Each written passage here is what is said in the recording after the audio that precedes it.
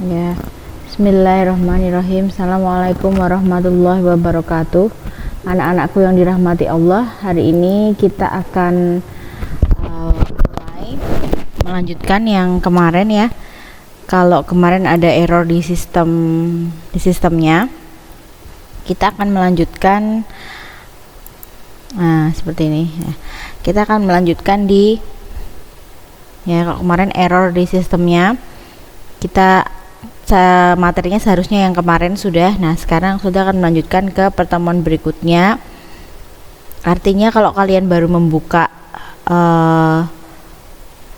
masih membuka yang lama atau materi-materi yang sebelumnya, nggak apa-apa, langsung bisa ke materi. Seharusnya hari ini adalah materi yang seharusnya sudah baru ya. Nah, kalau kemarin itu harusnya masih ini yang lama kemarin ya, yang minggu kemarin yang error itu. Tapi sekarang saya harap kalian juga sudah bisa membuka yang materi baru ya. Kemarin kita sudah menjelaskan langsung saja tentang informatika part 1, input, proses, output. Kemudian apa itu ini ya, CPU atau bisa bisa bilangnya PC. Jangan cobalah untuk tidak menyebutkan itu dengan CPU, tapi PC ya. Nah, CPU karena CPU yang ini saya ingatkan lagi. Kemudian nah, ini adalah PC ya. Kemudian ini saya sudah jelaskan kemarin, pilih mana gitu ya.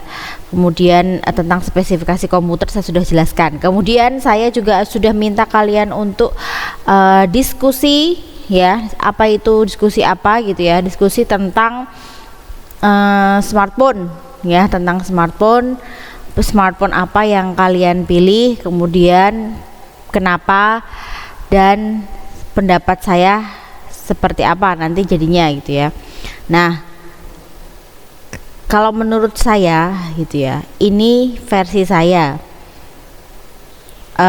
itu saya memakai iPhone. Kenapa saya memakai iPhone? Karena ketika saya awal memakai memang terjadi kesulitan dan harus pakai semacam kredit card atau semacam uang yang kita simpan di tempat yang lain gitu ya, untuk update aplikasi gitu kan. Tapi di iPhone ini aman ya kan. Nah, sekarang aman. Kemudian saya sampaikan dulu aman bagi kalian pengguna yang biasa menggunakan iPhone. Pasti tahu rasanya kalau kita menggunakan iPhone itu jauh lebih nyaman gitu, aman dan nyaman gitu ya. Kemudian karena saya pernah merasakan memakai Android itu ada iklan dan banyak hal gitu ya yang saya nggak bisa sebutkan ya, intinya mengganggu gitu, sebetulnya annoying gitu ya, mengganggu. Makanya saya memutuskan untuk iPhone. Tapi tidak ada salahnya atau nggak masalah kalau kalian memang mau Android, karena Android itu memang mudah banget dipahami, mudah banget dilakukan, mudah banget digunakan gitu ya.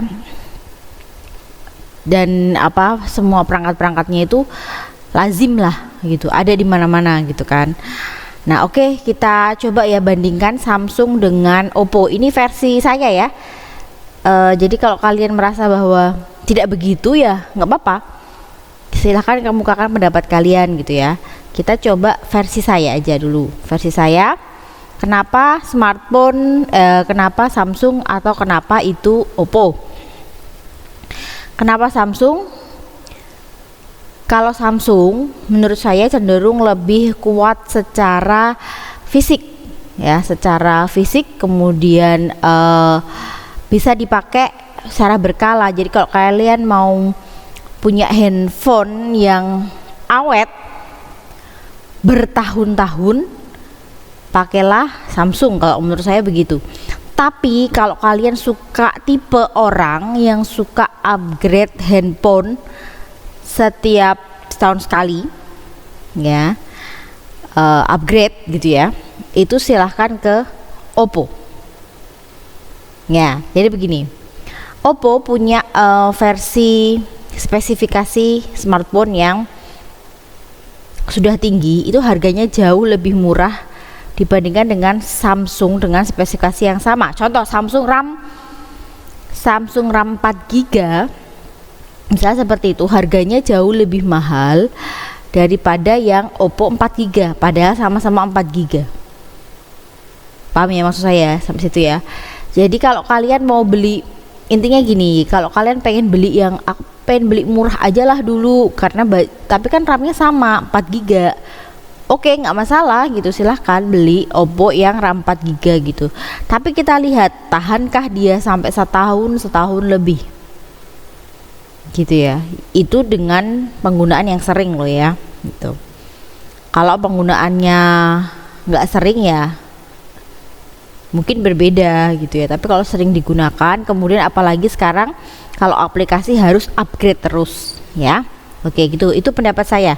Silahkan kalian yang pasukan Oppo atau pasukan Vivo, silahkan memberikan pendapat kalian seperti apa gitu ya. Ini boleh kalian kemukakan, Japri boleh, di grup juga boleh gitu ya. Kalau sudah ada tanggapan pendapat ini di grup, berarti kalian sudah lihat presentasi ini, karena saya lihat video ini belum ada yang lihat, baru 7 orang gitu kan. Oke, kemudian saya lanjutkan ya, kita lanjutkan ke materi berikutnya, yaitu tentang storage device atau peralatan penyimpanan. Nah, apa itu storage device ya?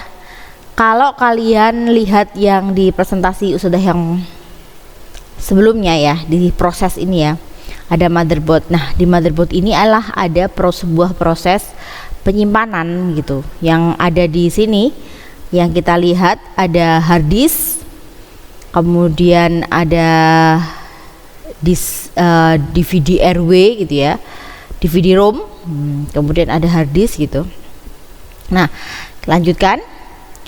Nah, ada penyimpanan primary itu kan berarti penyimpanan storage, berarti penyimpanan permanen gitu, digunakan untuk membaca, menulis, melakukan proses pengolahan data yang ada pada secondary storage. Ya, ini ya.